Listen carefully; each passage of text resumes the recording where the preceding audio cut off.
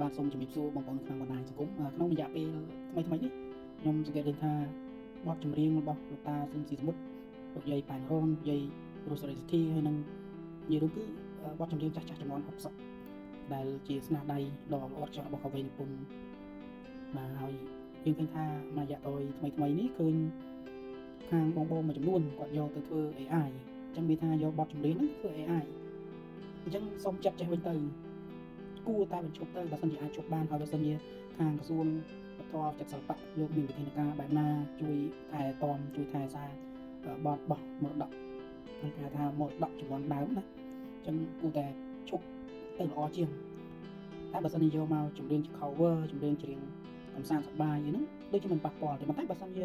ខ្ញុំគិតថាបើសិនជាយកទៅដាក់ជាបទចម្រៀង AI វាហាក់បីដូចជារៀងច្បងចាស់កាលពីមុនហ្នឹងមានលោកតាស៊ិនស៊ីសមុទ្រតាសោះម៉ាត់អិនជេនអិនរីរស់សេរីសុទ្ធាប៉ែនរ៉នអ្នកផ្សេងហ្នឹងវាហាក់បីដូចជាចម្រៀងរបស់គាត់ដូចជាមិនមានតម្លៃសោះដែលយករបស់គាត់ទៅកន្លែងទៅជា AI ណាអញ្ចឹងនេះជាយោបល់ផ្ទាល់ខ្លួនរបស់ខ្ញុំទេបើសិនជាអាច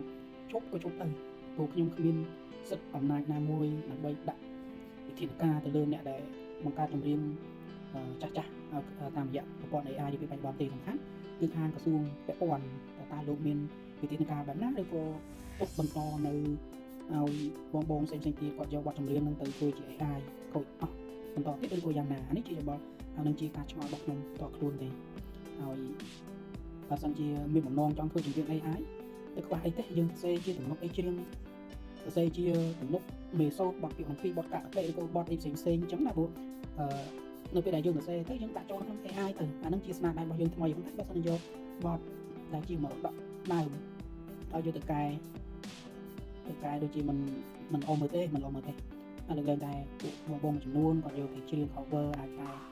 មិនកែភ្លេងខ្ញុំមិនច្បាស់ខាងភ្លេងនេះថាកែ melody ឬអីទេខ្ញុំមិនដឹងទេប៉ុន្តែគាត់ថាស្ដាប់ទៅវាលក្ខណៈជាសម័យថ្មីបទភ្លេងសម័យថ្មីអញ្ចឹង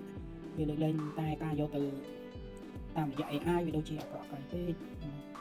ខុសឆ្គងសូមការអធិស្ឋានផងបាទខកគុំចា៎